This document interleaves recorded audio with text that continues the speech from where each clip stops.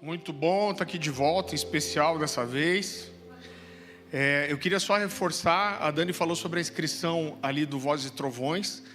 Se eu não me engano, a inscrição para fora é 130 e aqui é 70, né? Quase a metade. Mas eu quero reforçar o que a gente sempre fala: ninguém aqui da Cornerstone vai deixar de vir na conferência por alguma limitação financeira. Pastor, a família é grande, a gente em 4, 5 não dá para pagar todo mundo. Aí a gente vai perguntar: quanto você pode pagar? Pastor, eu sou sozinho, mas não estou podendo pagar 70. Aí a gente vai perguntar: quanto você pode pagar? Se você não puder pagar nada, a gente vai te dar a inscrição, vai orar com você, porque o negócio está feio mesmo, né? Mas, gente, de coração, eu vou ficar muito chateado se eu souber que alguém não veio por limitação financeira, né? Ninguém vai deixar de vir por causa disso. Existe um custo para fazer um evento desse, a passagem de avião, hotel, apesar da maioria do pessoal ficar na minha casa, mas alimentação, e a gente quer abençoar essas pessoas, né?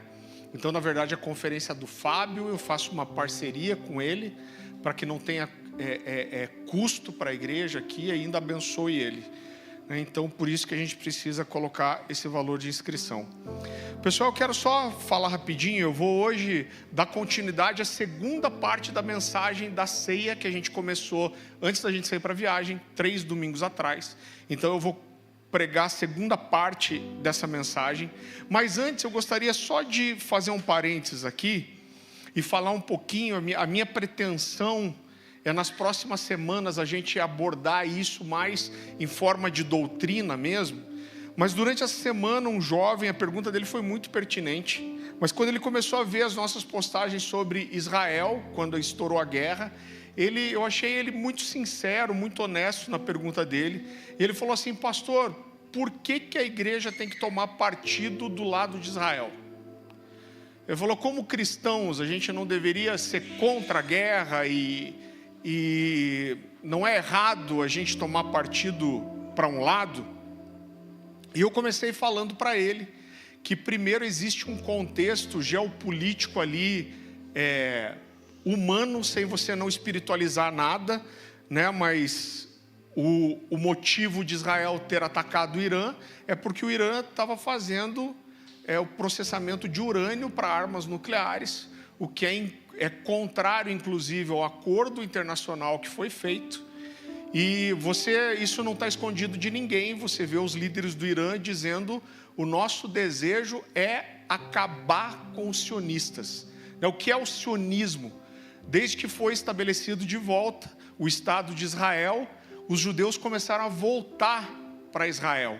Esse movimento de judeus voltarem para sua terra, para Israel, é chamado de sionismo. Então, na verdade, não existe ali um problema só de terras. Não é porque a terra é santa, porque, por exemplo, quando você olha para os muçulmanos mesmo, a terceira cidade em importância para eles é Jerusalém. Eles têm 2 cidades mais importantes antes.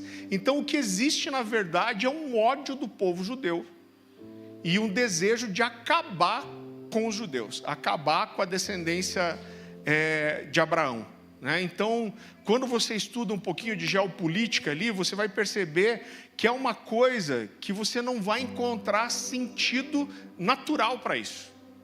Ou seja, Israel é um paizinho muito pequeno, não tem petróleo, não tem alguma coisa que faça atrai as nações para querer roubar essa terra, né? Israel está no meio de 42 nações árabes. Então eles estão sozinhos ali, né? Eu sei que existe um movimento antissemitista que parece que Israel muitas vezes é o vilão, mas eles são um pequeno país no meio de 42 países que estão contra eles. Então não existe motivo para uma perseguição para essa. E quando você olha a história desde o Holocausto, que não seja espiritual, né? Então existe um intento diabólico do inimigo de tentar acabar com a raça dos judeus, e é claro que ele não vai conseguir, né? Quando você estuda um pouco mais de história, você vai ver que no período interbíblico, por exemplo, que é ali quando acaba o Antigo Testamento, antes de começar a ser escrito o Novo Testamento, existe um período de 400 anos. Nesse período de 400 anos, existiram algumas batalhas, inclusive a revolta dos Macabeus, que está nos livros apócrifos da Igreja Católica. É um livro que a gente não considera como canônico ou um livro inspirado, mas é um livro histórico muito interessante. Então houveram massacres de judeus a ponto de as nações acreditarem que não existia mais judeu vivo. Um cara chamado Antíoco Epifânio, ele entrou dentro do templo. Eles mataram vários ali dos sacerdotes, dos levitas. Eles mataram um porco dentro do templo. Eles misturaram o sangue do porco com as fezes do porco e jogaram pelas paredes do templo. E eles obrigaram os sacerdotes a comerem a carne de porco, que é impura para eles. Então aqueles que não comeram foram mortos a chutes e socos, muitos velhos ali. E o resultado disso foi que eles acharam que os judeus tinham sido aniquilados. Então a verdade é que esse povo é perseguido por toda a história. Agora, uma coisa que é importante a gente entender, e às vezes porque isso faz parte muito da nossa realidade, do meio que a gente convive, como Cornerstone, e a gente às vezes esquece como esse entendimento faz parte de uma minoria muito pequena. Por que Israel é importante? Todo relógio escatológico da Bíblia está em Israel. Existem promessas de Deus para quem ora por Israel, para quem abençoa Israel. Irmão, todo o relógio do desenrolar escatológico está lá. De uma forma muito resumida, a gente não vai falar disso agora, mas se você quiser saber quando Jesus vem, a gente não sabe o dia nem a hora. Mas quando a gente vai estudar as 70 semanas de Daniel, que ele fala de 70 semanas de anos, ou 70 períodos de 7 anos, a gente vai ver que em algum momento o cronômetro parou e ficaram faltando 7 anos. Que são os 2 períodos de 3 anos e meio que vão aparecer na tribulação e grande tribulação, na escatologia, no Apocalipse. Quando que começa a contar esses 7 anos de volta? A gente não sabe como vai acontecer, mas a gente sabe quando o cronômetro dispara de volta. Quando o cronômetro dispara? Quando for feito um acordo de paz entre Israel e o Oriente Médio e for iniciada a reconstrução do templo, ou a construção do terceiro templo. Então eu digo para vocês, sem medo nenhum, quando um acordo de paz for estabelecido, e a ponto de o templo começar a ser reconstruído, a gente tem os últimos 7 anos da história comum. Eu não tenho dúvida nenhuma disso. Então, se isso acontece, a nossa vida mudaria completamente. A gente deixaria todas as outras coisas para entender esses últimos 7 anos. Outra coisa que é importante a gente entender, e respondendo finalmente a pergunta por que Israel é importante, não só por causa desse relógio escatológico, mas existe uma doutrina que é o que a maioria das pessoas acreditam. Tem uma herança pentecostal muito grande nisso, nenhuma crítica aos pentecostais, nós acreditamos nos dons, somos intencionais neles, mas o que se chama de doutrina da substituição. Então o que significa essa doutrina? Você pega toda a Bíblia e aonde tem escrito Israel, você arranca, joga fora e coloca a igreja ali. Ou seja, a igreja é o Israel de Deus, então todas as promessas para Israel não são mais para Israel e agora são para a igreja. E gente, eu sei que pode parecer orgulhoso e soberbo isso, mas o entendimento que a gente tem das Escrituras mostra para a gente que esse é um pensamento muito ruim e é totalmente contrário à Bíblia, é totalmente contrário às Escrituras. A primeira coisa que eu posso dizer para você é que se Deus voltou atrás de uma promessa para ele, então Deus escolheu o povo judeu e Deus fez promessas para ele, mas aí o povo judeu não correspondeu e em algum momento Deus falou, então tá bom, agora eu desisto de vocês e eu vou colocar a igreja no lugar. Isso significa que se em algum momento a igreja falhar e a igreja não é nada diferente de Israel, Deus pode de repente abrir mão da igreja e colocar outro no lugar. Então não é isso que Deus faz. Então, o que dá a nossa lente escatológica é o que a gente chama na teologia do plano da promessa. Então existem coisas que a igreja entra, ela é coerdeira com Israel, a gente não é menor em nada em relação a Israel, mas Deus tem o que a gente chama de uma tríplice promessa para Israel. Ou seja, Deus prometeu que Ele ia gerar um povo de Abraão, Ele ia multiplicar essa descendência, Ele ia dar uma terra para esse povo, que é Israel. O povo poderia habitar em paz essa terra, e esse povo seria fiel a Deus. Então essas três promessas, elas não se cumpriram na totalidade em momento nenhum da história. E a gente entende que Deus, Ele vai cumprir a sua promessa. Isso é uma promessa para Israel, para os descendentes de Abraão. Agora, o que é mais bonito nessa história, e é o que traz toda a lente para a nossa compreensão da escatologia, é que a nossa salvação veio porque Israel teve o que a Bíblia vai chamar de uma rejeição temporária. Então a Bíblia diz que Jesus veio para os seus, e os seus o rejeitaram. Aí Jesus fala assim: eu rejeitei a oliveira, os ramos verdadeiros, Ele é a oliveira.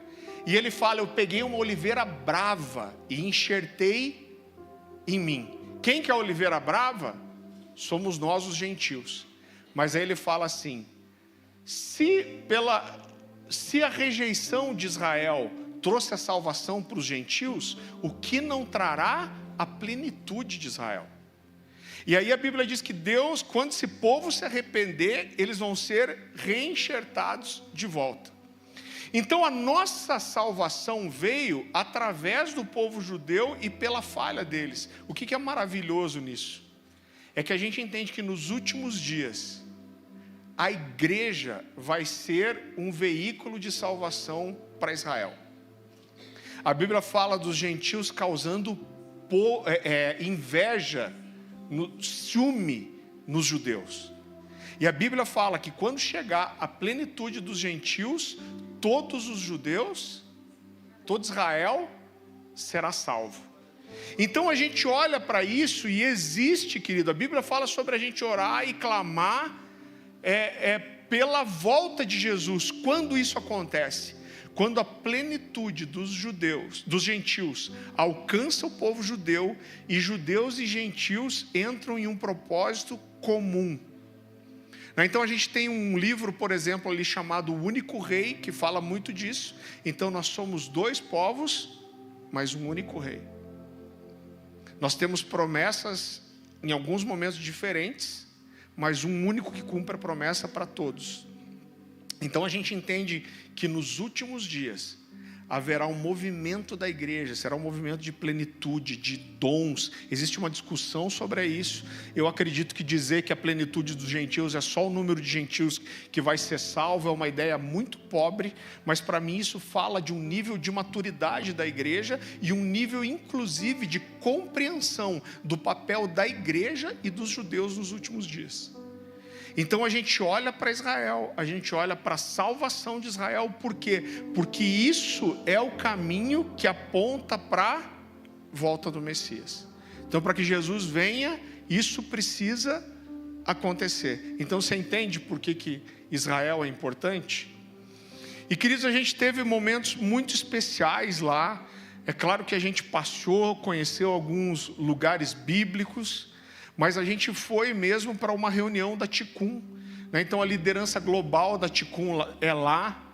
A gente tem uma novidade: o Asher Trader, que é o líder mundial da Ticum, está passando o bastão. Ele vai ficar numa função mais profética da Ticum, e quem vai ficar no lugar dele é um judeu messiânico chamado Ariel Blumenthal. Inclusive, a gente teve tempo com o Ariel lá, estou com o telefone pessoal dele, a gente está conversando com eles agora durante a guerra, eles têm atualizado a gente, fizemos amigos, ceiamos comemos juntos numa mesma mesa, gentios de várias nações, judeus e árabes. A gente teve a oportunidade de conhecer um pastor árabe lá, a gente não podia nem filmar o rosto dele, mas ele deu testemunho que por 10 noites seguidas ele sonhou com Jesus. Então toda noite Jesus vinha e pregava para ele. No final da 10ª noite ele ficou desesperado por Jesus, e em poucos dias, eu não lembro quantos dias foi, mas é uma loucura, tipo em uma semana ele leu a Bíblia 3 vezes, e ele se converteu porque Jesus pregou para ele. Esse cara hoje tem uma igreja no meio dos árabes. Nós fizemos uma tarde de adoração, alguns de vocês talvez, foi transmitido ao vivo, tenham acompanhado. Então a gente fez num terraço que dava, você via ali, o pináculo ali, o Monte das Oliveiras e o Domo da Rocha, então os muros ali, um pedaço do muro que era ainda do rei Herodes, que era dos templos de Jesus, você conseguia ver de onde a gente estava adorando, e a gente fez uma adoração naquele terraço para toda Jerusalém ouvir. E essa adoração foi feita em inglês, espanhol, português, hebraico e árabe. E a gente orou pelas nações, e eu tive uma impressão muito forte, eu conversando com a Lê Vilas Boas depois. Ele falou: cara, eu senti a mesma coisa, eu creio muito que isso é um começo. Então todas essas coisas apontam para o desenrolar dos últimos dias. A gente experimentou outra coisa que foi muito especial. A gente, junto do Muro das Lamentações, tem uma sinagoga, e a gente entrou. Estava eu, Fábio Coelho, Douglas Gonçalves, Alessandro Vilas Boas, o Arlindo. Quem mais estava, amor? Me ajuda. E a gente entrou na sinagoga, e para minha surpresa, a gente foi extremamente bem recebido. Gente, é muito louco, porque eles ficam super à vontade. Tem gente dormindo na cadeira, lendo. Tem judeus extremamente ortodoxos, com toda aquela vestimenta, sentados, sem sapato, lendo. As crianças, os meninos, que é separado o lugar, estão no meio. E quando eles viram a gente em pé, a gente teve a oportunidade de ver o momento que eles abrem o armário da Torá e tiram a arca da Torá e abrem a Torá dentro. E um judeu veio, colocou cadeiras para a gente sentar. Eu tenho uma bandeira de Israel tatuada no braço, e a frase "My King is Jewish", meu rei é judeu. E ele olhou para a minha tatuagem e falou assim: o que é a sua tatuagem? Eu mostrei para ele, ele falou: você é judeu? Eu falei: não. Ele falou: você é cristão? Eu falei: sou. Ele falou: mas você ama Israel e ama o povo judeu? Eu falei: amo. Eu falei: a gente ora por vocês. Ele falou: pelo que vocês oram? Eu falei: a gente ora pela paz, a gente ora pela reconstrução do templo. É claro que a gente ora pela reconstrução do templo, não pelo templo, mas porque é o fim das coisas. E ele falou: vocês oram pela gente. Por que isso é especial? Porque a grande verdade é que esse pensamento da igreja, da doutrina da substituição, fez a igreja ser inimiga de Israel. Então você tem um antissemitismo dentro da igreja. Você tem gente que fala assim: esses judeus aí foram os caras que mataram Jesus. E a verdade, irmãos, é que o mundo odeia os judeus. Você encontra gente que odeia os judeus no mundo inteiro. E muitas vezes os evangélicos iam para Jerusalém e colocavam caixa de som no meio da rua, pregando em inglês, querendo converter judeu, assim, de uma forma. Então, só que eles estão começando a ver duas coisas que os cristãos têm despertado. Existem cristãos que amam Israel e que amam o povo judeu. E eles estão percebendo outra coisa: eles são o alvo primário dos árabes, mas depois dos árabes, depois dos judeus, os alvos dos árabes são os cristãos, gente. A gente não se engane com isso. A gente é o próximo alvo, E não só foi especial esse judeu tratar a gente muito bem da cadeira para a gente sentar ali, mas a gente ficou num prédio, era tipo um Airbnb, então ficou quase todo mundo hospedado no mesmo lugar, e a gente desceu um dia, estava esperando o resto do pessoal que estava lá na frente, saíram do prédio 3 judeus com o quipazinho, tudo, e a gente estava conversando, rindo, e eles passaram pela gente e falaram assim: vocês são cristãos? E a gente falou: somos. Eu fiquei esperando o que vinha depois. Aí eles olharam para a gente e falaram assim: we love you, brothers. Aí eles falaram: nós amamos vocês, irmãos. Então eles não eram cristãos, mas eles nos chamaram de irmãos e falaram que amavam a gente. Então, irmão, tem alguma coisa acontecendo lá. A gente conheceu várias pessoas que têm filhos na guerra, que perderam filhos. Então, eu nem falei de manhã isso, esqueci, mas vocês viram que um casal de judeus foi morto em Washington, se eu não me engano, algumas semanas atrás, a facadas por um palestino. E esse casal que foi morto, um casal de noivos, eles eram judeus messiânicos. E de uma das igrejas que a gente conheceu pessoas. E inclusive o pai do rapaz que foi morto estava com a gente nessa tarde de adoração lá. Então, o antissemitismo está crescendo mais do que nunca. Se eu não me engano, cresceu em 600%.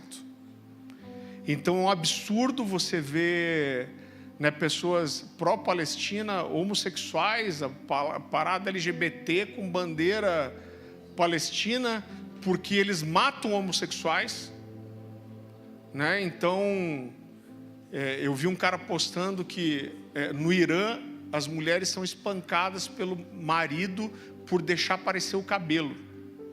Então a rejeição de Israel não é pelo Irã, mas é pelo movimento extremista. Esqueci, mas vocês sabem do que eu estou falando. Então, existe alguma coisa acontecendo. O relógio escatológico está em Israel. E o papel da igreja nos últimos dias é ajudar a alcançar esse povo. Uma coisa que tem acontecido muito é que muitas famílias têm perdido entes queridos na guerra, e isso tem sido uma porta para que judeus convertidos evangelizem essas pessoas. Eles têm uma estimativa de 30 mil judeus messiânicos hoje dentro de Israel, e vários desses soldados, inclusive alguns morreram, são convertidos ao cristianismo. Então esses caras às vezes ficam meio loucos, né? Eu estava conversando com um cara que serviu, saiu do exército agora. Ele falou: a gente sai, vai para a guerra, deixa família, filho pequeno. Ele falou: só que o cara fica meio louco na guerra, ele não consegue voltar para a vida normal. Então são 6 meses de serviço militar. Em vez de ele ficar aliviado que acabou o serviço, eles não querem voltar para casa. E está tendo que fazer um trabalho psicológico. É claro que quando estoura a guerra, eles chamam todo mundo de volta. Mas quando a coisa está mais tranquila, esses caras não querem voltar para casa, porque estão cheios de problemas psicológicos. Ele falou: é essa hora que judeus convertidos estão entrando para falar de Jesus para esses caras. Então existe alguma coisa acontecendo, né? Uma das coisas que mais me marcou, perdão eu gastar tanto tempo com isso aqui, a gente quer falar mais disso, mas eu sei que tem muita gente curiosa para saber o que a gente viveu lá.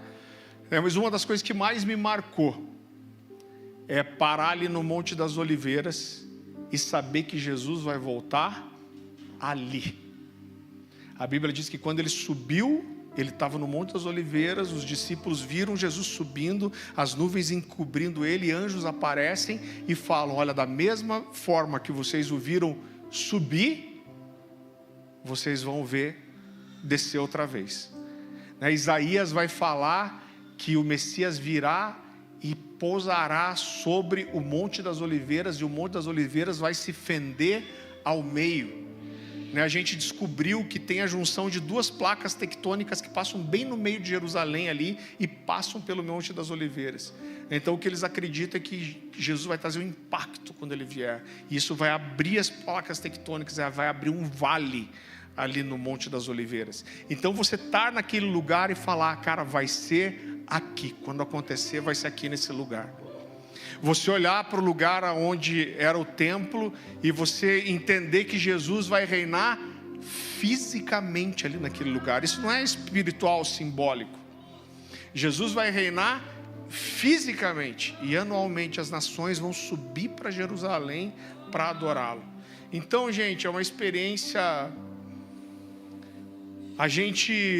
É assustador a gente perceber o quanto a igreja brasileira, não só brasileira, mas é carente desse entendimento escatológico. A gente teve o prazer de conhecer um cara lá que a gente admira muito, que é o pastor da Upper Room. Então ele estava lá na reunião da Tikkun. A gente passou 3 dias reunidos, né, os judeus dando aula, falando o tempo inteiro. E eu achei ele muito humilde. No último dia ele levantou a mão e falou assim: eu queria fazer uma pergunta. Ele falou assim: como eu faço para levar a minha igreja a entender isso? Porque eu estou ouvindo coisas aqui nesses 3 dias que eu nunca ouvi. Então a igreja está muito distante, gente, de entender esse papel escatológico da igreja e Israel nos últimos dias. E o nosso papel, muito como Tikkun também, é trazer esse entendimento, claro, em primeiro para a gente que está envolvido, que faz parte da liderança, para a nossa igreja local, mas também levar isso para o Brasil, para as nações. E, se Deus quiser, a gente já está se preparando para isso. A minha vontade é em 2027 a gente sair com uma caravana daqui para Israel. Então se prepara, vai guardando um dinheirinho aí. A gente vai fazer para pagar assim umas 18 vezes. Mas, gente, vale a pena. Amém? Não é o objetivo da mensagem, mas eu precisava trazer isso para você, principalmente se você estava em dúvida de por que Israel é importante. Deu para entender? Amém? Então vá comigo para 1 Coríntios capítulo 11.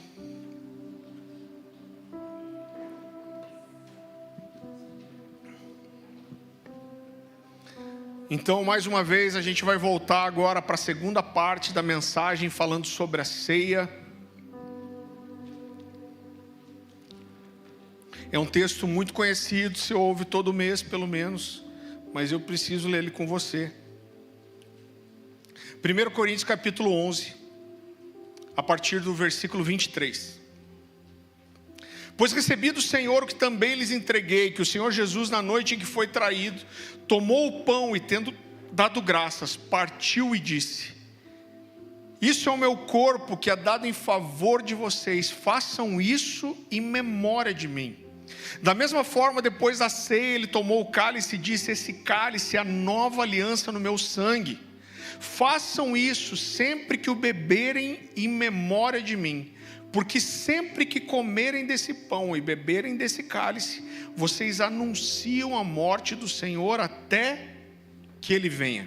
Queridos, uma coisa que tem se tornado cada vez mais claro para mim, é como Deus, como Jesus instituiu a ceia, e ela tem um caráter didático, ou seja, a ceia nos ensina muitas coisas. Principalmente na primeira parte dessa mensagem, que a gente abordou várias coisas. A ceia, ela nos ensina muitas coisas. Olhar para a ceia com profundidade nos ensina vários fundamentos.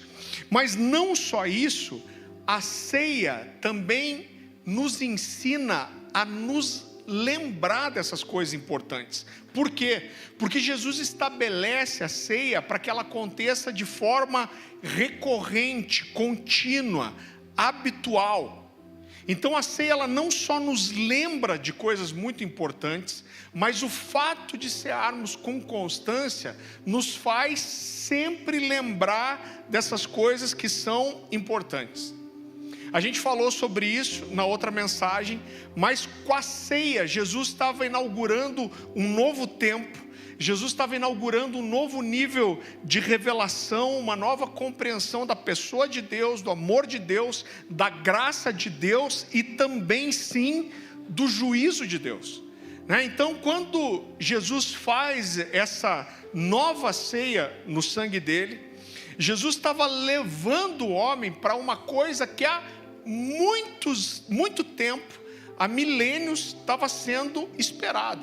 Jesus estava inaugurando com aquela ceia a era do Messias que morreu, o Messias que ia ressuscitar e o Messias que voltaria.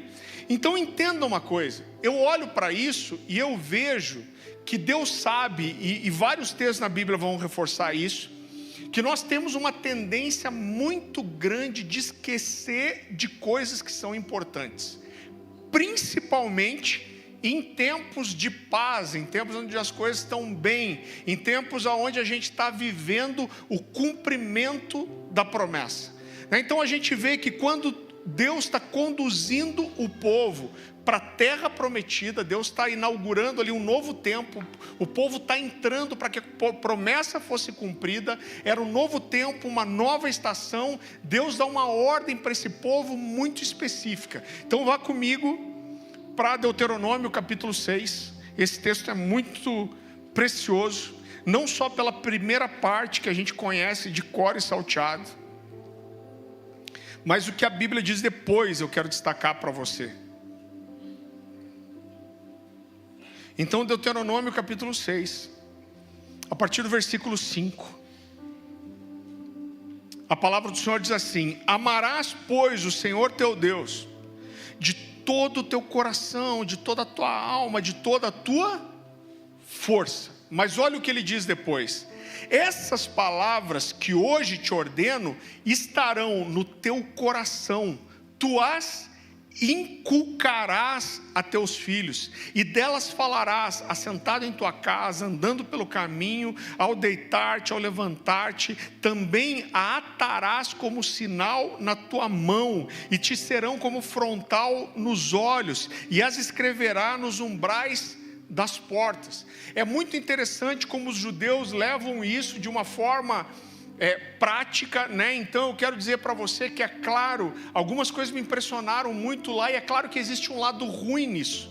Eu não quero fazer parecer que tudo que é judaico é positivo, né? Então, apesar da gente ter toda essa atenção para Israel, ter uma aliança com Israel, a gente tem amigos que estão atualizando, estão fechados no bunker lá, atualizando a gente todo o tempo sobre o que está acontecendo. Então a gente tem uma unidade forte com eles, mas você nunca vai ver a gente usando kippá ou talite, né? Isso, irmão, não faz sentido nenhum para quem não é judeu, né? Ou tocando shofar. Então, irmão, eu até tenho 2 shofar, trouxe um shofar de presente para os pastores, que é decorativo, mas não existe nenhuma autoridade, um valor assim profético nisso. Agora, apesar de ver que algumas coisas que os judeus fazem caem num ritual religioso, algumas coisas nos ensinam também. Então, quando Deus dá essa ordem sobre ter atado na mão, na cabeça, você já deve ter visto. Os judeus têm uma espécie de uma caixinha, e dentro tem o texto bíblico, e eles amarram isso, tem 2 tiras de couro, eles amarram no braço, e enrolam aquele couro, na cabeça também, por frontal dos olhos. Por que eles fazem isso? Porque eles estão querendo cumprir de forma prática isso aqui, tem isso na frente dos seus olhos, tem a lei no seu braço, né? Outra coisa que é muito interessante, quando a Bíblia fala de ter a lei no umbral da porta, é uma das coisas mais conhecidas, né, da cultura judaica, que é o mezuzá. Então eles têm ali um tubinho, feito de vários materiais diferentes. A gente até tem um em casa, colado na entrada da porta, e ali tem esse texto bíblico escrito. Eu vi uma coisa lá que eu nunca tinha visto, mas toda vez que o judeu vai entrar num lugar que tem isso na porta, ele toca no mezuzá primeiro. Então, irmão, eu não estou fechando os olhos e deixando de perceber que existe um ritual religioso, às vezes muito frio nisso. Por outro lado, eu tenho certeza que tem gente que quando toca aquilo ali está dizendo: eu lembro da sua lei, eu lembro da sua lei, aonde eu pisar, aonde eu andar, eu estou lembrando da sua lei. E Deus estabelece essas coisas para que o povo não esquecesse de coisas importantes. Então Deus está dizendo, vocês estão entrando na terra prometida, e Deus diz, olha, essas palavras precisam estar no seu coração, vocês precisam inculcar isso nos seus filhos. A palavra hebraica traduzida aqui como inculcar é a palavra shanã. Shanã fala de você perfurar algo. Então o que Deus está dizendo é, olha, vocês vão pegar os mandamentos, vocês vão pegar minha palavra, e vocês vão inculcar seus filhos, vocês vão perfurar eles com essa verdade, vocês vão atravessar eles com essa verdade. Deus fala, vocês vão falar essas palavras em casa, andando pelo caminho, ao deitar, ao levantar, vocês vão amarrar como um sinal na sua mão, como um sinal na sua testa, como no umbral da porta. Irmão, uma das coisas que me chamou muita atenção lá, foi ver aqueles judeus mais ortodoxos, né? Existem várias linhas diferentes, mas com aquelas roupas típicas. E assim como a gente às vezes anda com o celular na mão no meio da rua, você vê aqueles caras andando com a Bíblia na mão, lendo o tempo inteiro. Então o cara está sentado no ponto de ônibus, ele está lendo, ele está andando na rua, ele está lendo as escrituras. E a gente passou por um andarilho um dia. Então esse cara estava num banco da praça com um colchão jogado, que é um típico andarilho, todo sujo. Quando eu olhei, ele estava sentadinho com uma Torá lendo. Então é uma coisa que mexe com o meu coração. E quando eu olho para isso, quando Deus está dando todas essas palavras, o que Deus está dizendo é, vocês têm uma tendência a se esquecer das coisas importantes, mas eu preciso que vocês lembrem. Por quê? Porque essa é a minha aliança com vocês. E aqui eu queria entender um pouquinho com você sobre o que significa exatamente uma aliança. Eu falei sobre isso na outra mensagem. Inclusive eu falei que esse é um dos pontos que eu não estou de forma alguma desrespeitando os calvinistas aqui. Eu leio, eu consumo muito material de calvinistas, mas eu tenho uma dificuldade de acreditar na doutrina da predestinação, né, em uma predestinação para a salvação que é unilateral. Por quê? Um dos motivos é que uma aliança nunca é unilateral. Você pode ter uma promessa que é unilateral, então eu chego até você e eu te faço uma promessa, mas uma aliança nunca é unilateral. Uma aliança envolve sempre pelo menos duas partes. E é muito interessante porque a Bíblia vai chamar do Antigo Testamento de Antiga Aliança. E quando Jesus toma aquela ceia com os discípulos, ele diz, esse aqui é o cálice da nova aliança no meu sangue. Então Jesus vai chamar essa proposta de salvação de uma aliança. E a gente precisa entender melhor o que é uma aliança, ou qual que é o propósito de uma aliança.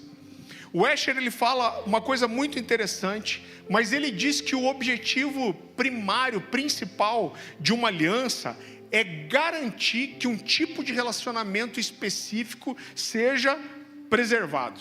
Então ele diz assim, olha, uma aliança, ela não é nada mais do que um conjunto de palavras que é proferido, fazendo um acordo, definindo a natureza de um relacionamento e os princípios de compromisso que aquele relacionamento de aliança envolve. Então uma aliança, ela vai estabelecer responsabilidades e compromissos, ela vai estabelecer direitos e deveres, e ela estabelece os princípios que regem uma aliança, os princípios que regem um relacionamento. Um exemplo muito simples disso é a aliança de casamento. Então uma coisa muito interessante é que a gente chama esse anel de ouro que a gente troca com a esposa no casamento, a gente chama de aliança. Mas na verdade isso é um anel, mas esse anel é chamado de aliança porque uma aliança é exatamente o que ele representa. Então, quando eu coloco esse anel de ouro, eu estou deixando explícito para as pessoas que o tipo de compromisso e de relacionamento e de aliança que eu tenho com a minha esposa. Então eu estou dizendo, olha, eu tenho um acordo com ela que é desse nível. O que esse anel significa que eu tenho uma aliança de casamento com ela, e é esse o nível de compromisso, é esse o nível de honra, é esse o nível de exclusividade, é esse o nível de compromisso, independente das circunstâncias e até que a morte nos separe. É isso que uma aliança está representando. Em 1 de Crônicas, se puder abrir comigo lá, 1 de Crônicas capítulo 16. Aqui não é Deus falando, mas o autor ele está se referindo a Deus, ele está falando de Deus. A gente vê uma descrição aqui da aliança de Deus com Israel.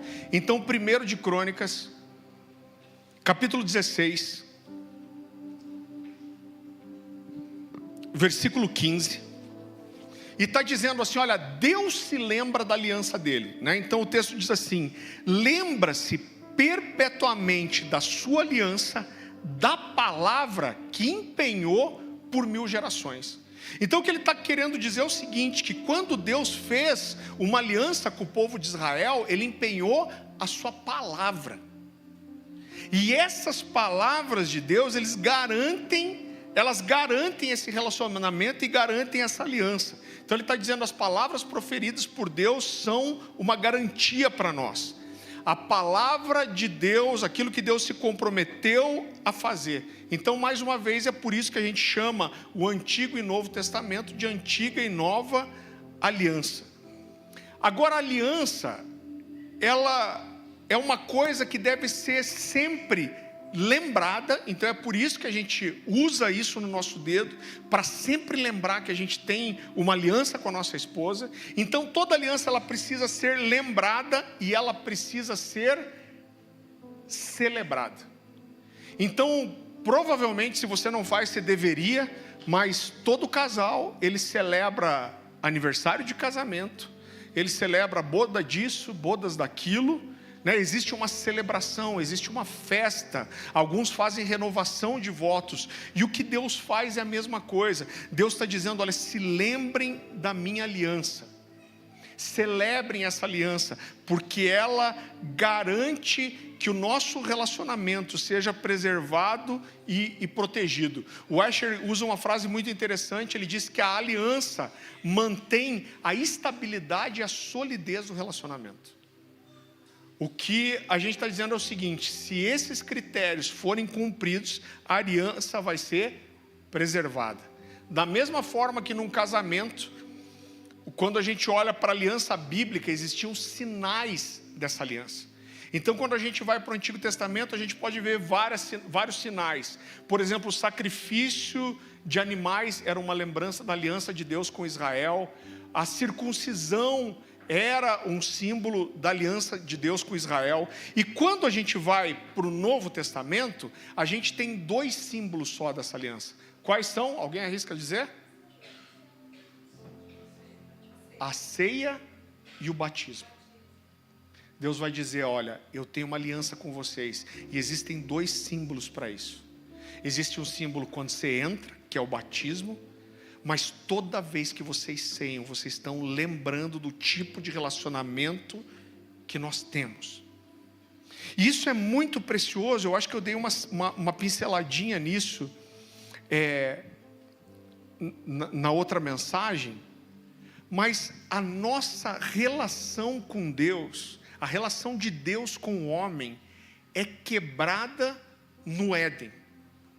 A Bíblia diz que depois que Adão e Eva rejeitaram a orientação de Deus, Deus fala, você tem 2 árvores especiais no jardim: a árvore da vida e a árvore do conhecimento do bem e do mal. Não comam da árvore do conhecimento do bem e do mal. Vocês podem comer de todas, mas o dia que vocês comerem dessa aqui, vocês vão morrer. quando o homem escolhe desobedecer e comer da árvore do conhecimento do bem e do mal, a relação de Deus com o homem é rompida. A Bíblia vai dizer que depois disso, todos estão separados de Deus, da glória de Deus. Então, é muito interessante porque essa quebra de relacionamento acontece com uma refeição. Com Adão dividindo com Eva o fruto do conhecimento do bem e do mal. Então, Adão e Eva, em vez de escolherem comer a árvore da vida, eles escolhem comer o fruto da rebelião, da desobediência, do pecado, da vergonha. Então a gente pode dizer que aquela refeição no Éden foi uma refeição da desobediência. Com aquela refeição o homem estava dizendo, eu escolho, eu prefiro desobedecer a Deus. Agora, como Deus repara o que foi feito por Adão e Eva? Deus repara exatamente com uma refeição também. Então, quando Jesus estabelece a ceia, o que está simbolizando ali é aquilo que Adão e Eva fizeram, escolhendo a árvore do conhecimento do bem e do mal, em vez da árvore da vida. Jesus vem dizer, eu sou o pão da vida. E ele vai dizer, aquele que comer da minha carne e beber do meu sangue, vai ter vida eterna para sempre.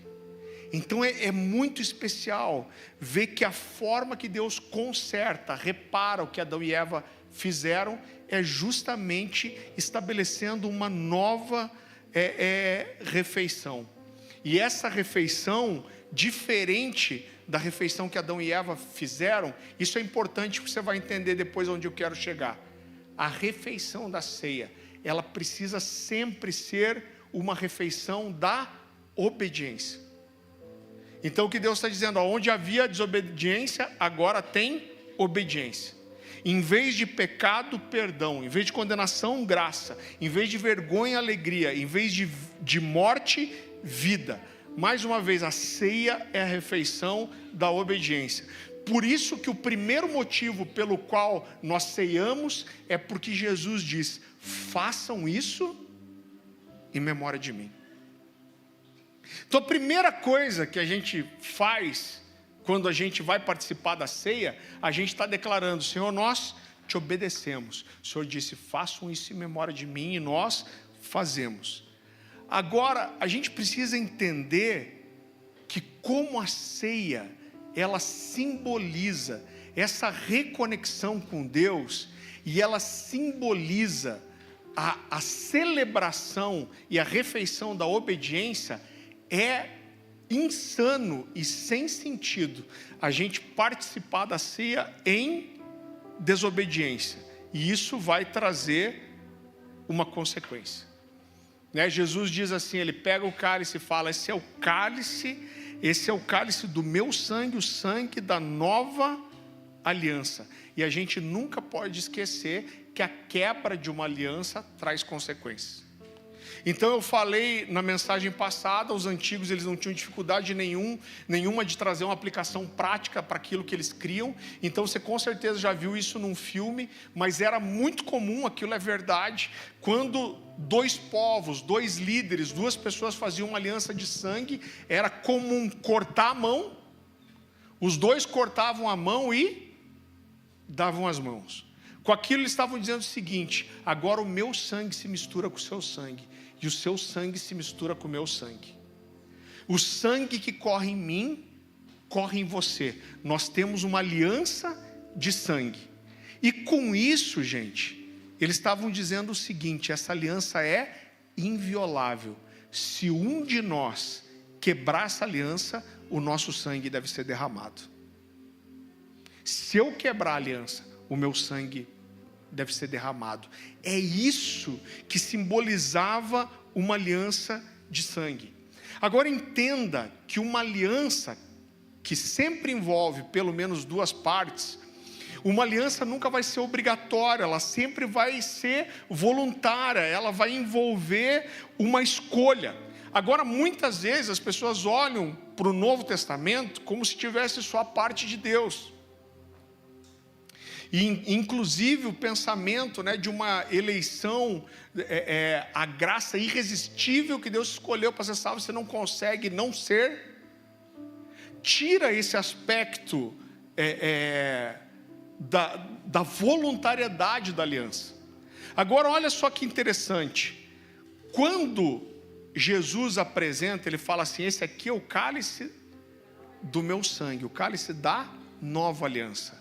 O papel de Jesus é oferecer o sangue dele, mas o papel dos discípulos foi tomar do cálice.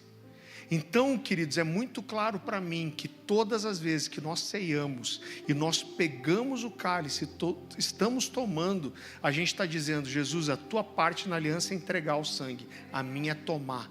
Nesse momento nós estamos voluntariamente aceitando a aliança que é proposta por Jesus. Eu estou renovando essa aliança toda vez. Então é muito interessante, porque a Bíblia fala que Judas era ladrão, né? Então a Bíblia fala que quando aquele vaso de perfume, que era um ano de trabalho, é quebrado, Judas olha e fala assim: que desperdício, poderia ser vendido para servir aos pobres. É um discurso bem socialista, né? Porque a Bíblia diz depois, ele falou isso, mas não era por causa dos pobres, não.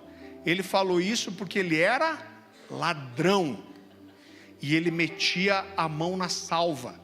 Agora Judas já vinha roubando fazia muito tempo, mas quando eles cearam e Judas toma do cálice, a Bíblia diz que o diabo entra nele naquele momento. Eu não quero trazer uma interpretação forçada aqui, mas a partir daquele momento que aquela aliança é estabelecida, ele sai de lá, ele traz Jesus e depois ele se mata. Então eu entro nessa aliança, e essa aliança, ela me oferece a salvação, mas por outro lado, a quebra da aliança, ela traz consequências sérias. Por quê? Porque essa é uma aliança, e que tipo de aliança que é? É uma aliança no sangue de Jesus, gente. Eu estou tomando parte dessa aliança com o sangue de Jesus envolvido nisso. E a ceia fala não só da aliança de Jesus comigo, da minha aliança com Jesus, mas da nossa aliança uns com os outros, né? Então é por isso que a ceia é sempre coletiva, ninguém ceia sozinho. Isso é desde lá do Egito, da primeira ceia, quando os chefes de família partilhavam um cordeiro. A Bíblia fala: se a família for pequena, vocês podem juntar duas famílias, né? Flávio Joséfo vai falar que ali na parte, no tempo do templo, quando eram os dias de Jesus e só os sacerdotes podiam matar os cordeiros, os sacerdotes matavam, cortavam, e Flávio Joséfo diz que eles comiam em grupos de 10 a 20 pessoas. Da mesma forma, a ceia, ela nunca é comida sozinha. Por quê? Porque a nossa aliança com Jesus não é só com a cabeça, a nossa aliança não é com Jesus decapitado, mas a nossa aliança é também com o corpo de Jesus. E todas as vezes que nós ceiamos, isso precisa nos lembrar que o mesmo sangue que corre em mim, corre no meu irmão. Que a gente está unido pela mesma vida, pelo mesmo sangue. Outra coisa que eu quero mostrar para você é que a ceia, ela é completamente escatológica. Então a ceia aponta para o sacrifício que Jesus fez lá atrás. A ceia aponta para a aliança que eu tenho com Jesus hoje, e a ceia aponta para onde essa aliança vai me levar. Então, mais uma vez, a ceia, ela reúne passado, presente e futuro. Ela fala do Jesus que morreu, do Jesus que está vivo, com quem eu tenho uma aliança, mas ela fala também do Jesus que voltará, né? Então é por isso que Paulo vai dizer lá: todas as vezes que comerem do pão e beberem do cálice, você está dizendo, você está olhando para o sacrifício de Jesus. Ele está dizendo: vocês anunciam a morte do Senhor, eu anuncio agora até que que Ele venha, passado, presente e futuro. Então a ceia, ela me diz da onde eu vim, ela me diz a condição que eu tenho agora, mas a ceia me mostra para onde essa aliança vai me levar. Ela fala que Jesus vai voltar. É muito interessante porque Jesus, quando Ele ceia com os discípulos, Ele mostra para eles para onde aquela aliança que estava sendo feita levaria os discípulos. Então vá comigo para Lucas capítulo 22.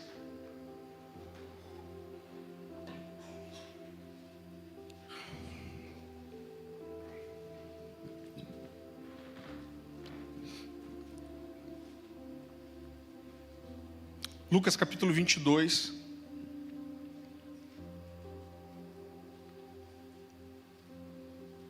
A partir do versículo 14. Esse texto é... Eu não sei porque, eu acho que eu nunca vi ninguém pregando sobre isso, mas é uma das coisas que mais me chama a atenção nesse texto. A palavra do Senhor diz assim: quando chegou a hora, Jesus e os seus apóstolos reclinaram-se à mesa e lhes disse: desejei ansiosamente comer essa Páscoa com vocês antes de sofrer, pois eu lhes digo, não comerei dela novamente até que se cumpra o reino de Deus. Recebendo um cálice, ele deu graças e disse: tomem isso e partilhem uns com os outros, pois eu lhes digo que não beberei outra vez do fruto da videira até que venha o reino de Deus. Então olha só, deixa eu fazer um parênteses aqui para você entender, em primeiro lugar, para eu poder usar essa figura sem receio nenhum que você me entenda errado. Queridos, qual é a nossa posição aqui como igreja em relação à bebida alcoólica? Então a primeira coisa que eu vou te dizer é que a Bíblia, ela não proíbe o consumo de bebida alcoólica. Por outro lado, ela faz várias advertências em relação ao álcool. Eu já vi gente dizer, esses dias eu vi um pastor adventista falando: o que eles bebiam não era vinho, era o mosto, e o mosto era suco de uva. Gente, bobagem. Então por que a Bíblia fala: não vos embriagueis com o vinho onde há contenda?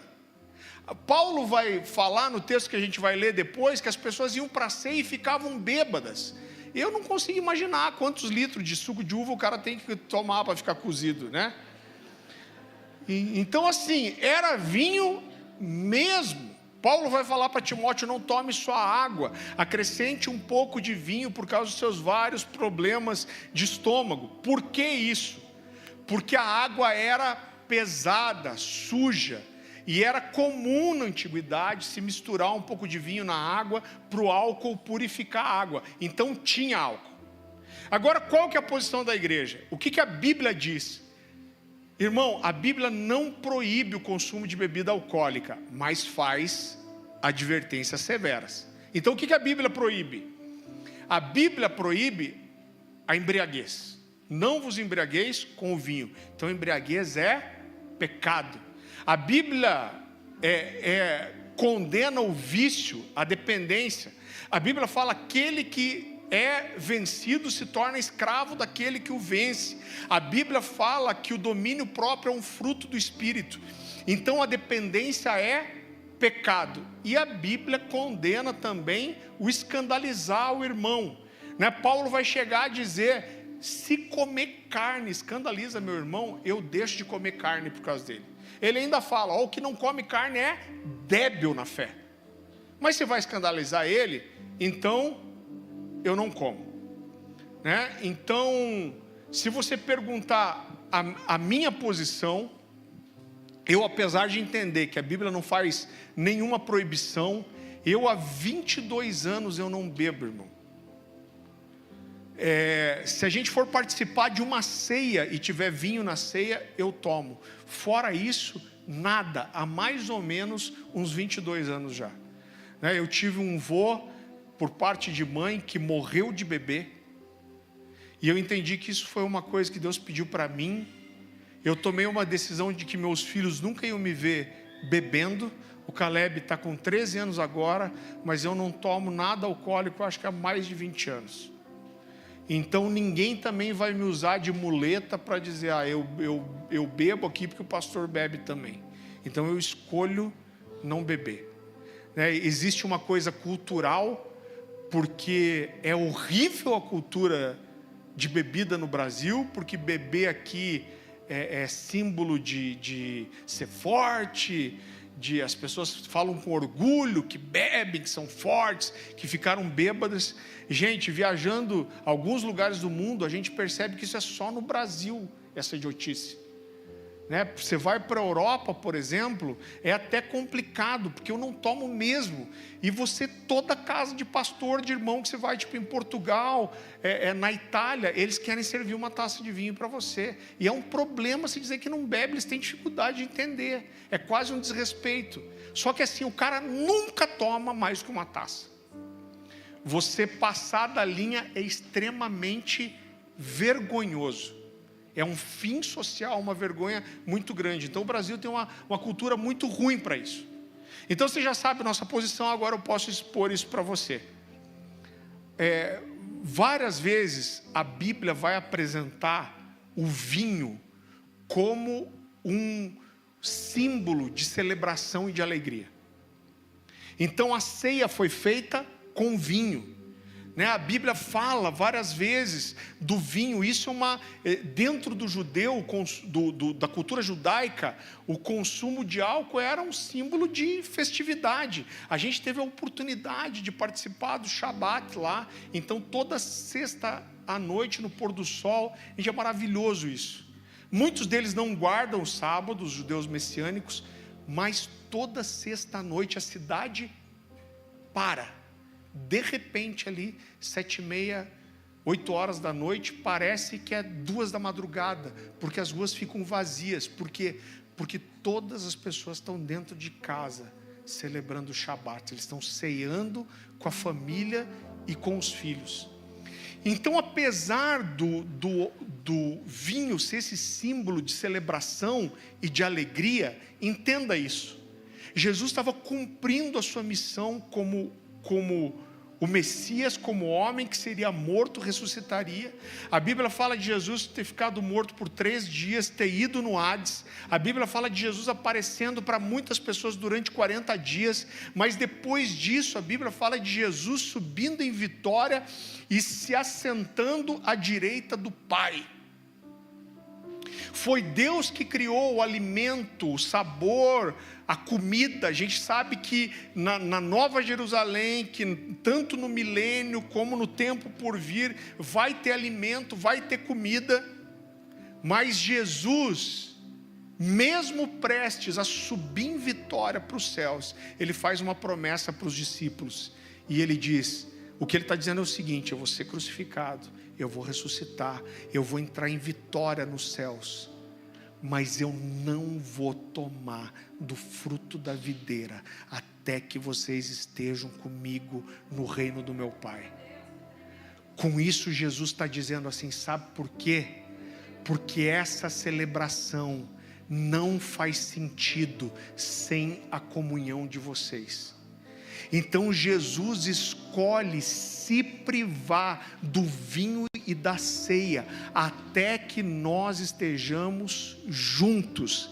E com isso Jesus está mostrando o quê? Ele está mostrando o caráter de celebração e de comunhão que a ceia representa. Então não faz sentido uma ceia sem comunhão. E Jesus faz essa promessa: estou ceando com vocês agora, e eu só ceio de volta até a gente estar todo mundo junto outra vez. Irmão, eu quero mostrar para você que essa não é a promessa só para os discípulos, mas essa é a promessa para nós também. Eu quero que você vá comigo para o Evangelho de Lucas, capítulo 12. Então, enquanto você está abrindo Lucas capítulo 12, se a gente ler o contexto envolvendo aqui o capítulo 12 de Lucas, você vai ver que é todo um contexto escatológico. Jesus está falando sobre o que aqui? Está falando sobre a volta dele, sobre a segunda vinda. É sobre isso que Jesus está falando. E quando ele chega no capítulo 12, versículo 35, a palavra do Senhor diz assim, olha o que a Bíblia diz, Lucas capítulo 12, versículo 35. Estejam prontos para servir e conservem acesas as suas candeias. Está falando da volta dele. Como aqueles que esperam o seu Senhor voltar de um banquete de casamento, para que quando ele chegar e bater, possam abrir-lhe a porta imediatamente. Felizes os servos, cujo Senhor os encontrar vigiando quando voltar. Eu lhes afirmo que ele se vestirá para servir, fará que reclinem sobre a mesa e virá servi-los. Mesmo que ele chegue de noite ou de madrugada, felizes os servos que o Senhor encontrar preparado. Entendam, porém, isso: se o dono da casa soubesse a que hora viria o ladrão, não permitiria que a sua casa fosse arrombada.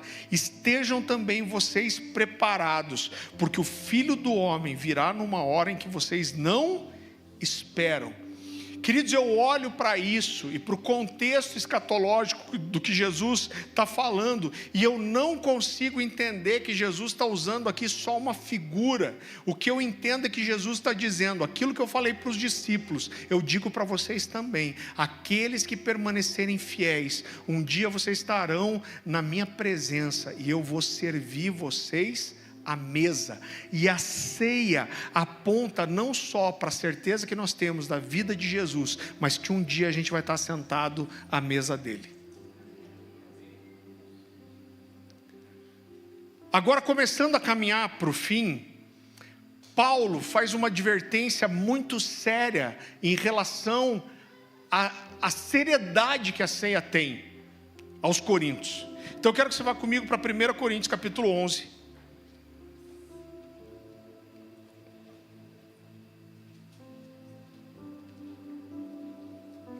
1 Coríntios capítulo 11, a partir do versículo 27.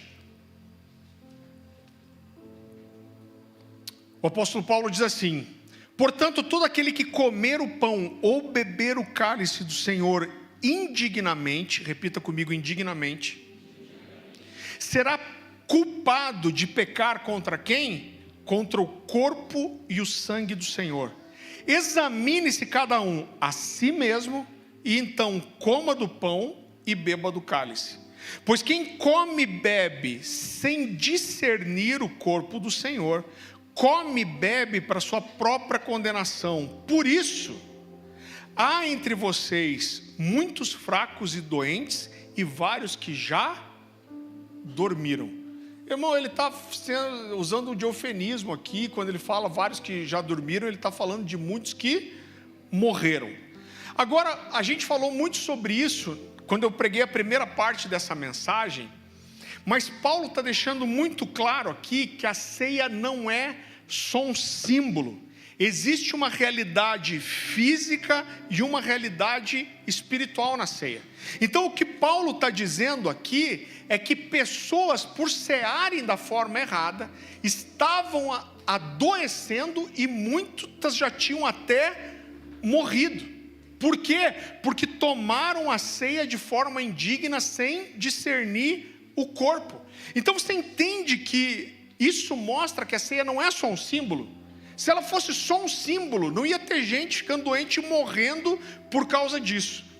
Então o que a Bíblia está ensinando para a gente aqui é que existe uma realidade espiritual na ceia, mas existe uma realidade física. Então pessoas que não estavam entendendo a realidade espiritual da ceia, estavam sofrendo no seu corpo físico. As duas coisas estavam diretamente ligadas. Então entenda uma coisa: Jesus, ele não ressuscitou só em espírito. Jesus ressuscitou com um corpo glorificado. A Bíblia diz que esse corpo trazia as marcas dos cravos da cruz. Jesus não ressuscitou só em espírito, ele tinha um corpo. Ele várias vezes sentou e comeu com os discípulos. Ele foi tocado por Tomé. Ele abre o lado para Tomé e fala: Tomé, toca as minhas feridas, as minhas cicatrizes. E esse texto é maravilhoso. Nunca mais consegui cantar aquela canção da mesma forma, porque Tomé toca ele e fala assim: toca aqui. E aí Jesus diz para ele: acaso um espírito tem carne e ossos? Ele está dizendo: eu tenho carne e ossos. Então a ressurreição, ela é espiritual, mas ela também é física, e Deus escolheu que fosse assim. Eu lembro quando eu preguei essa mensagem pela primeira vez, o Amós, que é um dos irmãos aqui, falou uma coisa muito interessante. Ele falou: pastor, o que eu entendo é que quando eu como o pão, o meu corpo está comendo pão, mas o meu espírito está comendo a carne de Jesus. Quando eu bebo do cálice, o meu corpo está tomando o suco de uva, mas o meu espírito está se tornando parte do sangue de Jesus. Agora entenda o seguinte: se pessoas, por comerem e beberem a ceia de forma indigna, sem discernir o corpo, estavam ficando doentes e até morrendo, o que vai acontecer se a gente cear da forma certa? Se a ceia é tão poderosa a ponto de deixar doente e matar quem ceia errado, será que se a gente cear da forma correta, isso não pode gerar cura física, cura emocional, libertação, restauração, unidade, revelação, vida? Eu acredito que sim. Será que pessoas não podem ser curadas durante a ceia? Eu acredito que sim. Então é por isso que a gente começou a fazer a ceia nas casas, na living, e toda vez que a gente ceia, a gente ora por cura, crendo na realidade da ceia e crendo nessa palavra. Agora, para entender o que é ceiar da forma correta, a gente precisa entender primeiro o que seria ceiar da forma indigna, sem discernir o corpo. Então a primeira coisa que eu quero destacar para você é que Paulo não fala para a gente julgar uns aos outros, mas Paulo, quando ele fala da ceia, ele diz: examine-se, pois, o homem a si mesmo. Então na ceia você examina você, né? Então existem várias denominações aí, e eu não quero ser o ISO 9000 da ceia, mas a gente vai caminhar em cima da revelação que nós temos. E existem algumas denominações que descobriu que o cara está em pecado, em disciplina, alguma coisa, não dão ceia para ele. Mas o Paulo diz: examine-se, pois, o homem a si mesmo. E outra coisa que a gente precisa entender é que o objetivo dessa autoanálise não é não cear, mas é consertar a vida. Então é por isso que Paulo vai dizer: examine-se, pois, o homem a si mesmo, e então coma do pão e beba do cálice. Isso é muito semelhante ao que diz lá em Mateus capítulo 5. Você abra rapidinho lá comigo, Mateus capítulo 5, a partir do versículo 23.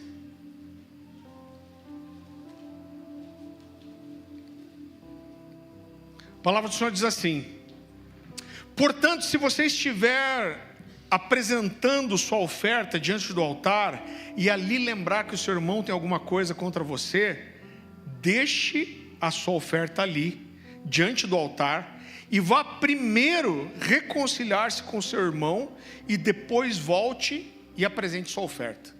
Então o objetivo desse texto não é o cara dizer assim: ah, faz 10 anos que eu não entrego o dízimo e oferta. Por quê? Ah, porque eu tenho um irmão que tem alguma coisa contra mim. O objetivo desse texto não é você deixar de ofertar, mas é você consertar primeiro para depois ofertar. Irmão, é muito forte, porque em tudo isso Deus está mostrando como a essência do cristianismo é o relacionamento. Com isso Jesus está dizendo assim: se seu irmão tem alguma coisa contra você e você não quer resolver com ele, eu não quero nem sua oferta. Não adianta você vir aqui trazer sua oferta se você não honra seu irmão. Vá lá primeiro consertar, depois você me traz. Mas o objetivo aqui não era deixar de ofertar, o objetivo era consertar a vida. Agora tem gente que pensa, né? Esses dias eu ouvi alguém aqui me falou: não, eu não estou tomando ceia, porque eu estou com um problema com os irmãos. Então é engraçado que parece na cabeça dessas pessoas que o problema não é estar em pecado, o problema é estar em pecado e misturar com a ceia. Não é tipo leite e manga, não tomar leite, beleza, Comer manga, tudo bem. Agora, se misturar leite com manga, aí dá BO. Então, o pecado tá sussa. Agora, se tiver em pecado e for cear, aí dá BO.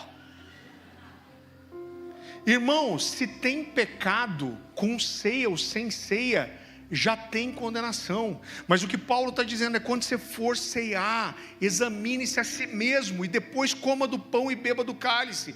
O que ele está querendo dizer é o seguinte: cara, quando você olhar para esse cálice, lembra que Jesus derramou o sangue dele por você. Lembra que ele te convidou para uma aliança de sangue. Se arrependa, se aproprie desse perdão, mude de vida e então coma do pão e beba do cálice. Agora, quando a gente vai ler a continuidade do texto, a gente vai começar a entender o que Paulo quer dizer como comer do pão e beber do cálice indignamente. Porque a primeira coisa que as pessoas fazem é associar isso ao homem examinar a si mesmo. Então, na cabeça de muita gente, o tomar ceia indignamente é tomar ceia com algum pecado não confessado. Não que não seja também, mas o que Paulo está falando aqui é outra coisa. E agora eu quero entender com você o que é comer indignamente, que é comer sem discernir o corpo. Vá comigo para 1 Coríntios, capítulo 11, versículo 31.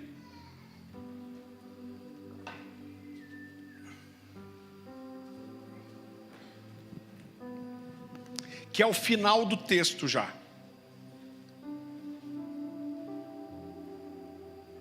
Então Paulo diz assim: mas se nós tivéssemos o cuidado de examinar a nós mesmos, não receberíamos juízo. Quando, porém, somos julgados pelo Senhor, estamos sendo disciplinados para que não sejamos condenados com o mundo. Portanto, meus irmãos, quando vocês se reunirem para comer, esperem uns pelos outros. Se alguém tiver com fome, coma em casa, para que quando vocês se reunirem, isso não resulte em condenação. Olha que a condenação está relacionada a isso. Quanto ao mais, quando eu for, lhes darei novas instruções. Então Paulo está no final fazendo uma referência ao que ele começa a dizer no começo do texto. Então eu quero ir para o começo do texto, para que a gente possa juntar essas duas partes e ter uma compreensão completa. Então volta comigo para 1 Coríntios capítulo 11, mas a gente vai ler a partir do versículo 17 agora. Ele diz assim: entretanto, nisso que vou lhes dizer, não os elogio, pois as reuniões de vocês mais fazem mal do que bem. Em primeiro lugar, ouço que quando vocês se reúnem como igreja, há divisões entre vocês, até certo ponto eu creio.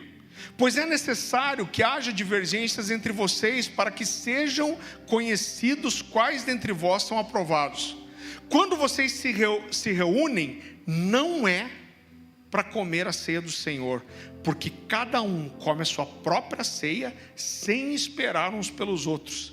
Assim, enquanto um fica com fome, o outro se embriaga. Será que vocês não têm casa onde comer e beber? Ou desprezam a igreja de Deus e humilham os que nada têm? Que lhes direi? Eu os elogiarei por isso? Certamente que não. Então olha só, quando Paulo fala assim, vocês não têm casa onde comer ou beber, a gente precisa entender. Existiam dois momentos que o pão era partido. O pão era partido de casa em casa, mas existiam reuniões maiores, onde uma porção maior da igreja podia se reunir para ver o tamanho daquela igreja ali e comerem juntos. Essas reuniões maiores eram uma festa, deveriam ser uma festa da ceia, e essas festas eram chamadas de festas ágape, ou festa do amor. O que eu celebrava na festa do amor? A unidade que nós temos em Cristo e o amor que nós temos uns pelos outros.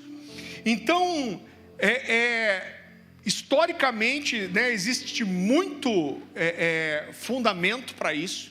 E quando Paulo fala, acaso vocês não têm casa onde comer? Depois mais embaixo Paulo vai dizer, olha, como em casa antes de sair. Isso aí é tipo a mãe que entochava as crianças de comida antes de ir para a festinha de aniversário. não é? Eu era assim, gordinho, né, irmão? Aí minha mãe falava assim, coma aqui um pão, uma banana, pra você não chegar no aniversário e fazer eu passar vergonha. Soltava a criança no aniversário, parecia que estava amarrado, né? Metia 3 brigadeiros na boca de uma vez, parecia um satanás solto. Então a mãe falava assim, eu vou te dar comida antes para você não me fazer passar vergonha. O que Paulo está dizendo aqui é a mesma coisa. Cara, se você não vai aguentar esperar pelos seus irmãos, então come em casa antes de ir. Porque o mais importante não é a comida, o mais importante é a comunhão. Agora olha que engraçado e como a gente se perde em algumas coisas. Eu cresci vendo nas igrejas, mais uma vez, não quero ser o ISO 9000 da ceia, mas todo mundo pega o cálice e o pão, aí todo mundo segura o pão, aí o pastor faz uma oração, e inclusive várias vezes eu vi o pastor dizendo, agora vamos todos comer ao mesmo tempo. Por quê? Porque a Bíblia manda esperar uns pelos outros. Irmão, esperar uns pelos outros não tem nada a ver com isso. O que Paulo está querendo dizer com esperar uns pelos outros? O que Paulo está dizendo é o seguinte, que uma reunião que deveria ser uma celebração, onde todo mundo que pode leva comida, quem tem mais comida leva mais, quem tem menos dinheiro leva menos, mas todo mundo come igual nessa mesa. O que Paulo está dizendo é, vocês fazem essa ceia, mas cada um come a sua própria comida. Enquanto uns que se fartam, outros chegam a ficar bêbados, os que têm menos recurso passam fome. Vocês não são capazes de pôr as coisas na mesa e esperar para que todos cheguem e vocês comam juntos. Então, o esperar todos para comer é disso que Paulo está falando. E Paulo diz algo muito sério aqui. Ele diz, olha, quando vocês se reúnem, não é a mesa do Senhor que vocês estão comendo. Sabe por quê? Porque Jesus não está nessa mesa. Jesus não compactua com o que vocês estão fazendo. O que deveria ser uma celebração de obediência, de amor, de comunhão, vocês estão transformando numa reunião de desobediência, de desamor, de egoísmo, de rixa, de facções, de desprezo pelos pobres. O que Paulo está dizendo é, Jesus não está nessa mesa com vocês. Vocês não estão discernindo o corpo de Cristo.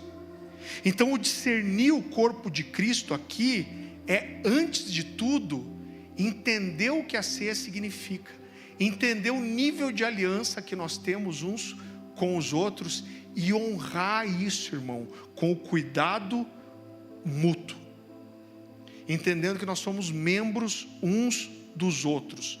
O Cristo no pão e no cálice é inseparável da comunhão do corpo.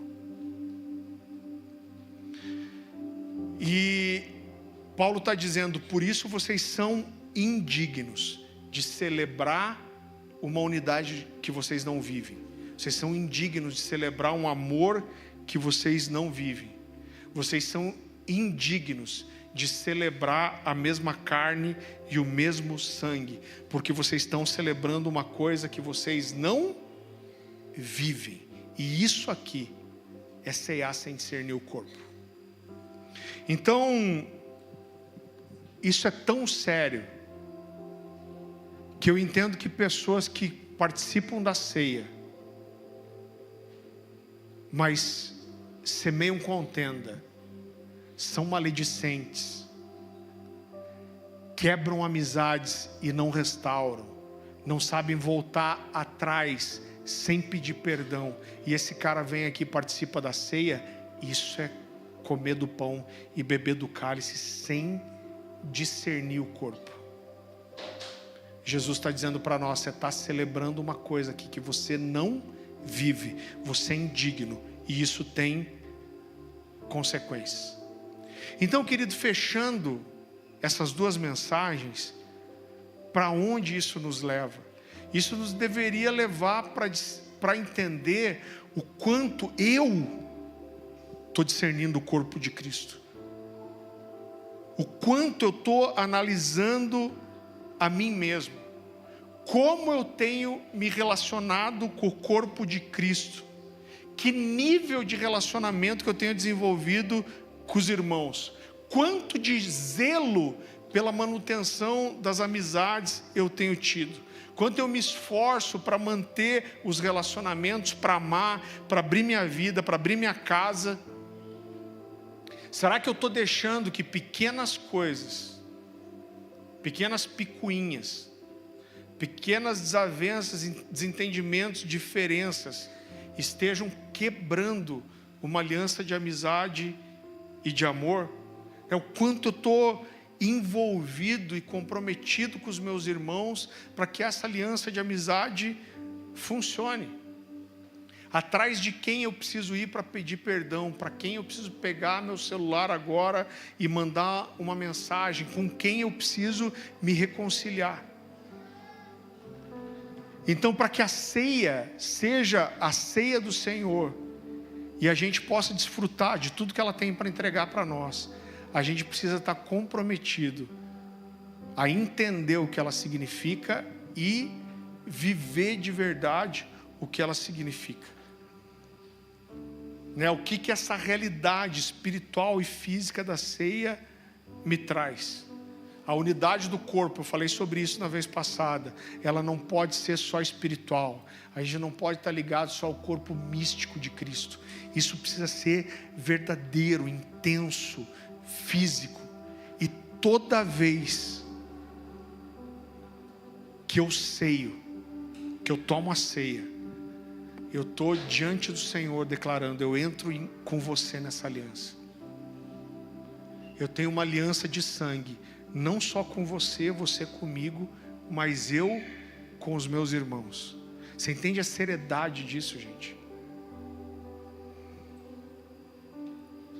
O poder da ceia na nossa vida, na vida do cristão, está ligado ao nível de revelação que a gente tem do que ela significa e o quanto eu me entrego a isso. A gente está unido pela mesma morte e pelo mesmo sangue. A oração de Jesus, a oração sacerdotal de Jesus em João 17 vai falar disso. Ele diz: a minha oração é para que assim como eu e o Pai somos um, assim eles sejam um comigo, nós contigo e eles uns com os outros. Então, gente, é um caminho? Eu acho que eu vou pregar essa mensagem, vai mudar tudo no coração e na mente de vocês? De jeito nenhum. Mas a gente vai pregar isso, a gente vai repetir isso, a gente vai falar isso mais vezes, a gente vai repetir em cada ceia, até que isso entre no nosso coração e isso possa nos transformar. Se por um lado me dá quase um desespero no meu coração ao perceber que a gente está tão longe de uma doutrina tão elementar. E gente, eu preparei essas mensagens no ano passado, faz menos de um ano. E a sensação que eu tenho é que aos 48 anos de idade, até agora eu não tinha entendido a ceia. E a ceia, ela é elementar, ela é básica.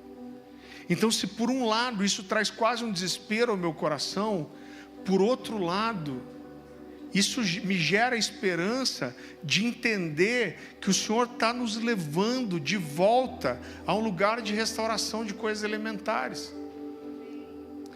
A gente tem falado em alguns cultos aqui que a igreja está cheia de coisas que não precisa, mas a gente tem coisas elementares que a gente não entende. O papel de Israel e da igreja nos últimos dias, quase ninguém entende isso. Quantas vezes na sua vida você ouviu uma exposição da ceia te levando a entender essas coisas assim? Então o Senhor está nos chamando a entender de volta coisas elementares. E toda vez que a gente ceia, a gente vai lembrar dessas coisas. E a gente precisa estar comprometido com a nossa vida com isso. A verdade é que a nossa geração está cheia de prédios onde muitas pessoas se reúnem. Agora, eu acredito que a gente tem poucas igrejas. Porque a igreja é a comunhão dos santos. Irmão, pode estar cheio, pode ser rico, pode ter o melhor equipamento, pode ter a melhor banda. Se não houver comunhão, isso é um ajuntamento, não é uma igreja. Você sabe essa palavra? Queria que você abaixasse sua cabeça, fechasse seus olhos. Eu quero só orar com você. Senhor Jesus, nós te agradecemos pela tua palavra, Senhor. Eu sei que nós temos um grande desafio por corresponder à verdade das Escrituras. O Senhor sabe que eu compartilhei essa mensagem da melhor forma que eu pude, mas só o teu Espírito pode fazer com que essa mensagem seja viva no nosso coração. Eu te peço que mais do que trazer uma carga de conhecimento só, eu te peço que o teu Espírito possa regar essa semente que foi lançada, e que isso possa ter a vida do teu Espírito em nós, Jesus.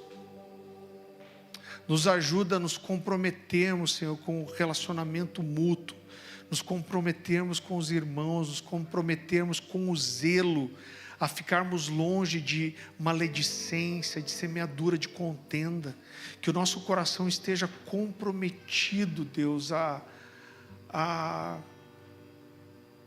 vivermos isso, ensinarmos outros a viverem, Deus. Nos ajuda, Senhor. Eu clamo pela sua ajuda, eu olho para isso, o sentimento que eu tenho às vezes é como o sentimento que eu tenho quando eu leio o Sermão do Monte. Às vezes parece um nível tão elevado, Deus, de compromisso, de santidade, que parece impossível. Mas torna isso vivo para nós, Jesus. Nos ajuda a caminhar para esse lugar, nos ajuda a nos comprometermos com a sua palavra, Deus.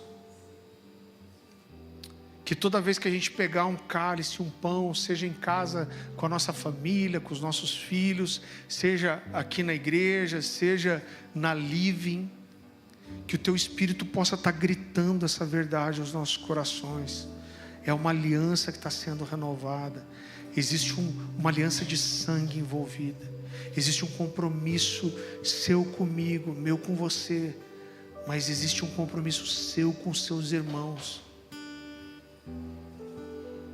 Não participe dessa ceia, não participe do meu sangue sem honrar o corpo.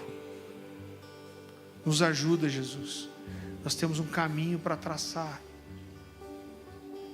Que o Senhor tenha misericórdia de nós. Que o Senhor nos leve agora para casa em paz e segurança. Nós te agradecemos por poder começar essa semana buscando ao Senhor, te ouvindo, te adorando. Que o Senhor nos leve para casa em paz e segurança. Que a revelação do amor de Deus Pai seja cada vez mais profunda em nós. Senhor Jesus, que a sua graça se renove a cada dia. Espírito Santo, que a nossa comunhão contigo possa ser íntima, profunda, verdadeira. Que aonde a gente pisar os nossos pés, nós possamos transbordar desse bom depósito. Fala conosco nesses dias. Nós intercedemos mais uma vez por Israel, por aqueles irmãos que estão lá sofrendo, Pai.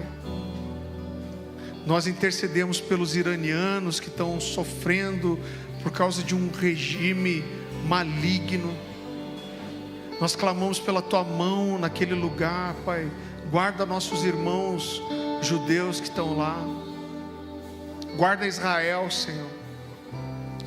Que o povo judeu possa ver a sua mão, possa ouvir os testemunhos, que eles possam conhecer o Messias que nós conhecemos, que todo Israel possa gritar o nome de Yeshua, que nós sejamos mesmo essa igreja que vai causar ciúmes em Israel, que eles possam te ver em nós, Jesus, que eles possam perceber o nosso amor por eles. Cuida desses irmãos, Senhor, daqueles amigos nossos que estão ali agora num bunker, abraçados com os filhos, Senhor, ouvindo as explosões que acontecem. Nós clamamos para que eles tenham experiências profundas com o Teu Espírito, Senhor. Se revela, Pai, para Israel, se revela para os judeus, Jesus. Nós amamos esses irmãos e nós clamamos com todo o nosso coração pela salvação de Israel, Senhor. Em nome de Jesus. Amém, querido? Deus te abençoe. Amamos vocês. Vá em paz. Faça a sua inscrição. Vozes e Trovões. Vai ser hardcore.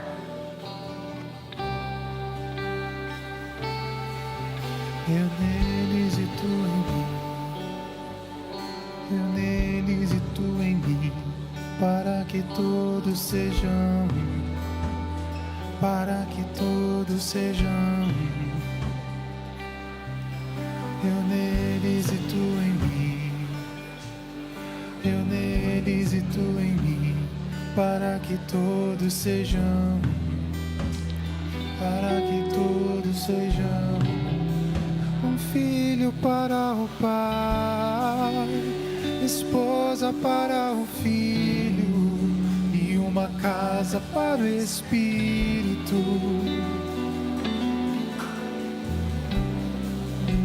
Um filho para o pai, esposa para o filho, e uma casa para o Espírito.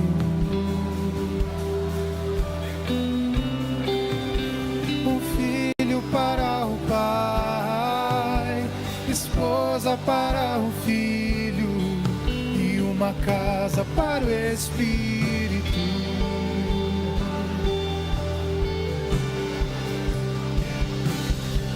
E eu neles e tu em mim, eu neles e tu em mim, para que todos sejam um, para que todos sejam um. Eu neles e tu em mim, eu neles e tu em mim, para que todos sejam um, para que todos sejam um. Um filho para o pai, esposa para o filho, e uma casa para o Espírito.